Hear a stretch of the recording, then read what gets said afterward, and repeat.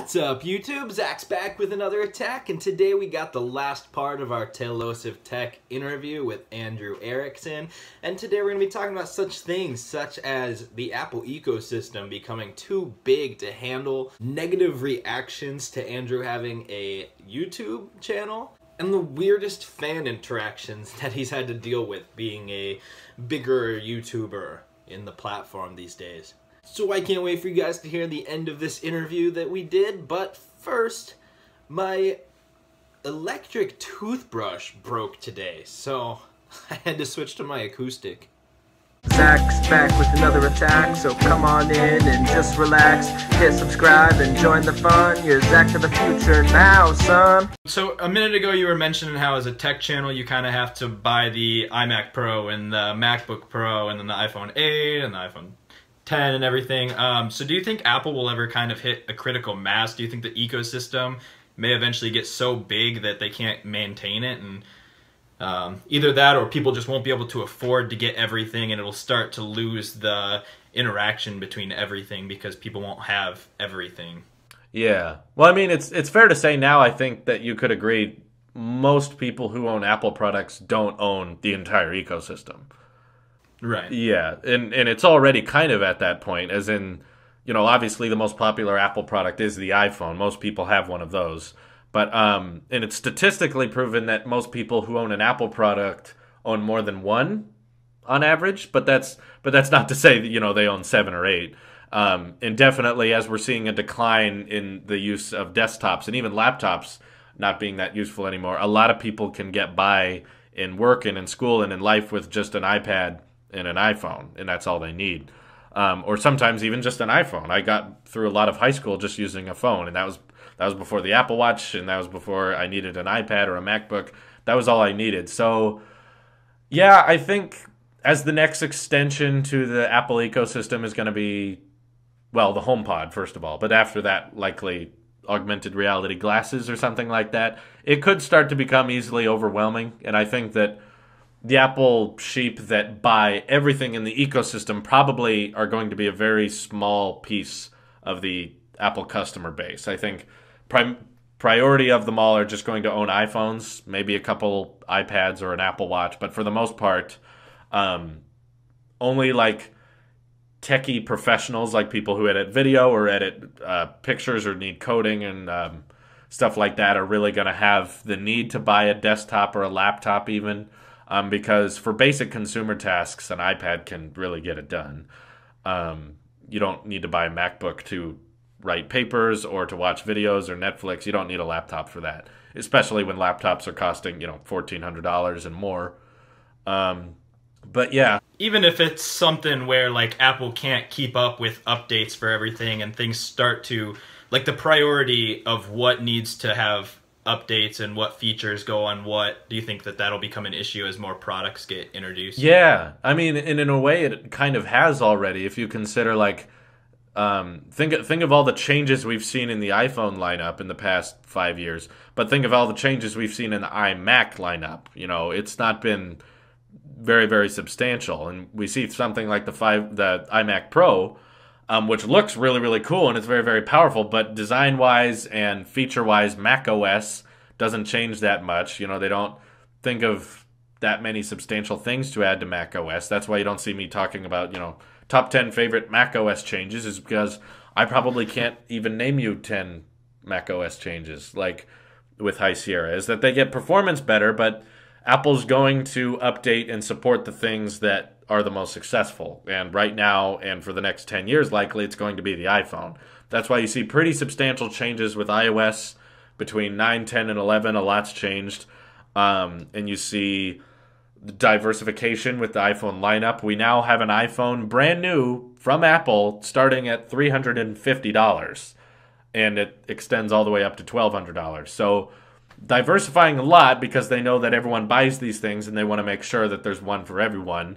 And I think the Apple Watch is probably the next runner-up with that, now that we have one that starts at $250 and range up to $1,500. So they're trying to appeal to everyone there. But yeah, they're going to slow down on support for things as the ecosystem gets larger, but I'd probably say that the iPhone's going to stay supported, and it's going to stay the primary focus of Apple for quite a few years before something takes its place. Cool. Whether it's something on YouTube or off of YouTube, what is your biggest dream in life? Ooh, that's a nice one. I never get asked that. These are good questions. Well, personally, not to get a little too deep, but I have very deep and controversial stories in my head. The whole reason I went into filmmaking in general, and not just YouTube, the whole reason I wanted to make movies was because I don't look at them as an art style. I don't look at them as a business expense. I just look at the media as being powerful. I think that being able to talk about controversial topics and to be able to debate them is going to be really, really important in the future of the 21st century, as I'm going to grow up and be middle-aged in the middle of the 21st century. I think that's going to be one of the biggest problems we'll have with humanity, is not being able to communicate or not being able to understand each other. Not necessarily that I want to make everyone agree on the same topic. I just want to make everyone be more accepting of contradictory ideas that they don't necessarily agree with. And there's a lot of stories that I think resemble our current situation, whether it be with free speech or with political ideas right now. And I don't like to get political because I want to get to that point in my career, but I don't think the world's ready for it yet. And if I were to go to political on my channel, I'd probably lose half my subscriber base. So I'm not ready for it. I don't think my fans are ready for it. But someday I have movies that resemble modern day topics that are controversial, and I have a lot of ideas that I know just by watching the news and by watching YouTube comments from head to toe, that what I believe is going to be very, very different from what a lot of people find acceptable. And I hope that, I consider this whole Apple versus Google thing kind of a test run right now. It's kind of me warming up for how very, very difficult debates will go in the future. I think I have very, very meaningful discussions to have with other people when I get older. And right now, as a teenager, it's perfectly fine for me to just focus on iPhone or Pixel. It's not really a big problem, but you can see how defensive people can get about those kinds of things. So it's a good warm-up time. But my big dream is to make stories that people kind of look at as people look at my channel right now. Is it like, this is biased, this has predetermined opinions, but it does bring up some good points, so I can understand his point of view better. I don't necessarily watch Tailosive Tech and turn into an Apple sheep. That's not what I'm going for. But what I want people to understand is that when a lot of people agree on something and a lot of people are passionate about something, it's justifiable. There's a reason, and you can understand that, and we can still respect each other. We can still shake hands and have a good day. Just because of contradictory ideas, we don't have to tear each other apart. So there's a lot of big climactic stories that aren't comedy, that are serious, that I want to make. And I'm hoping that as the Tailosive Network grows and I have more money and support from fans, I'll be able to make those stories happen someday. They're not ready for them yet. We'll get there. Cool. So I got one more question. Okay. 1.5, I guess. Sure. You kind of already answered one of them, so I just wanted to see if you had anything else to add to it. Have you ever gotten any negative reactions to you having a YouTube channel from people in your personal life? Negative reactions from people I know, personally? Yeah, I mean, I'm sure you get negative reactions from people on YouTube. Oh, yeah. That's expected. Just trolls or whatever, or Google people who don't like you saying negative stuff. But yeah. Outside of that, have you ever had anybody who's against it, especially when you're a little bit smaller? I know sometimes when you have dreams of getting big on YouTube, some people don't quite understand how that all works and may look down upon it a little bit. Yeah. No, that definitely happens. I can think of a couple situations, but I think it's fair to say a lot of it changed once it got bigger. But before YouTube was big and before I had any kind of audience and it was mostly just me uploading random videos, I could say a lot of family and friends didn't really look at it as a useful way to spend time. They looked at it as kind of wasteful, that I would not do homework or that I would stay up late working on things. treating them like they were my job. Like, I need to get this video done. It needs to happen tomorrow. And family would be like, why? What's going to happen if it doesn't come up tomorrow? You can miss a day. And I'm like, no. I have to get it up today. It kind of came from that idea that even though this isn't a full-time job right now, I'm going to treat it as one, hoping that it will turn into one someday. My boss at the Mandarin Ranch definitely is like the most traditional form of businessman there is. You know, grow trees, pick fruit, sell that fruit. The most basic form of a business. So when I tried to explain to him how I made money on YouTube, he didn't understand it at all, and he had very little respect for that. You know, he would tell me, don't do that because that's not going to work out. That doesn't make any sense. That's not a real business. But he was a bit of an older guy. He's never really looked at YouTube ever. So he didn't really understand how a YouTube channel could be a thing or be a business or a profession. So he didn't understand that very much when I told him that I was going to quit that job. But yeah, a lot of the negative feedback I've gotten from people in my personal life went away as soon as it got big, you know, and then they got kind of quiet about it. A lot of people would look at, you know, me making Saturday shorts or making comedy sketches, and a lot of people did look at me back then because, you know, back when I was making web series and comedy sketches, I needed a lot of people's help, and I didn't pay them.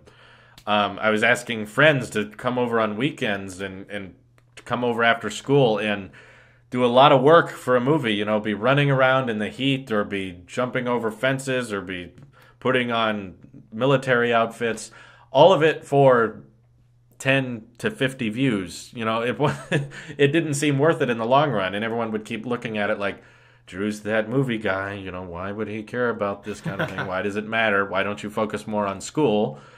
Well, now I kind of get the last laugh, but it's definitely not, we're not hostile towards each other anymore. People are happy for me. They're shocked, but again, they're happy for me that it worked out and that this is turning into a real thing. I can't think of much now other than, like I kind of mentioned earlier, my friends and family kind of not really used to someone my age being moved along in life so quickly. They're not used to someone having to deal with having so much money and having to deal with power bills and garbage bills and becoming self-sufficient at such an early age. You know, most of my friends and family are either in dorms or living at home while going to college or looking for a job, and they already have graduated. So when they look at me, it's kind of a, what? Why is he there? So it's not overly negative, mostly supportive, but just kind of, it can be socially awkward, just for me. I don't think it's awkward for them. The first part sounds a lot like the getting rid of the headphone jack, kind of hostile at first until it works out, and then they're like, all right, exactly. I see what you're going for there. Yeah, exactly. That's a good metaphor for it, is that when you first do it, everyone's mad beyond belief, and then when it actually works out and everyone else is doing it, then it's like, yeah, whatever. We move on. Yeah. All right, so the last question I have for you, I've watched some of your videos, and you've talked about like a security guard or the detective living in the same building as you guys and said, if anyone comes. So I was just wondering, have you ever had any weird fan interactions or anything like that? Or is this the weirdest fan interaction you've had? Well, I haven't had any face-to-face encounters with a fan ever. I ran into one incident, and I'm not really sure if it was a fan, because my parents are very, very well known here because they've been teachers for 30 years, and when you have 30 students a year, and that's 60 parents a year, you know a lot of people, so they've been here nearly their whole lives.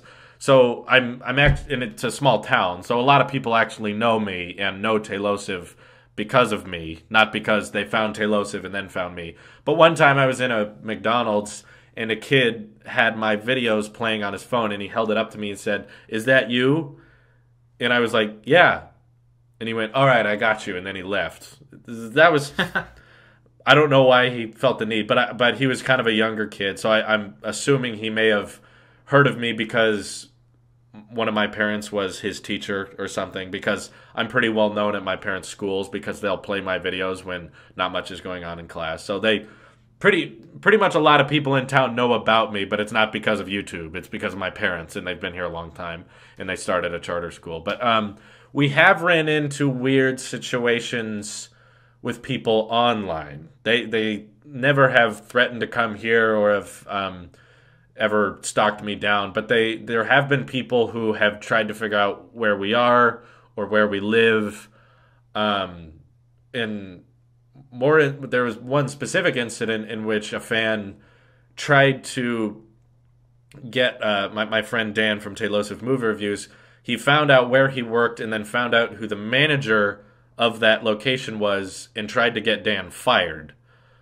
Oh, wow. And then he also messaged all of my friends on Facebook, found me on Facebook, found all my friends, and then tried to tell all my friends that I was gay or that I harassed people, or not that there's anything wrong with being gay. It just wasn't true. And I was dating someone. I was dating my girlfriend, who I'm still dating at the time. So that was kind of awkward because he started messaging my girlfriend's friends and filled them with all these terrible ideas. So then I had to explain everything. I was like, I'm so sorry. None of that's true. It's a crazy fan. So that's probably the worst thing that's happened. The other probably awkward thing was people threatening to sue me without really a cause. Like sadly, the guy who made our new channel art and our intro and outro and all our new videos got upset after I paid him everything about me not paying him enough.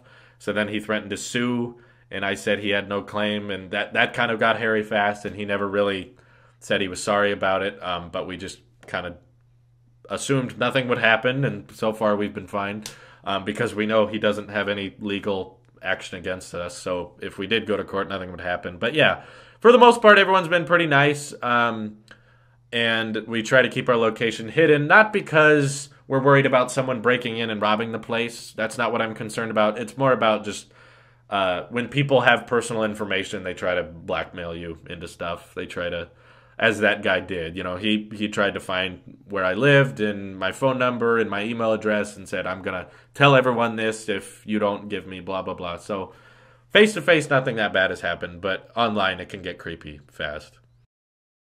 For sure, yeah. Some of those do sound a little weird. Okay. It's kind of weird to find people that just do that. You know, they have nothing better to do with their time. It's confusing. That's how they decide to spend their days. But by far, I try to remember that, you know, 99.99% of my fans have been completely polite and very pleasant to be around and to talk to. So I try to focus on them. Awesome. Well, we've been talking for almost an hour now, so I'm not trying to take any more of your time. Definitely appreciate it.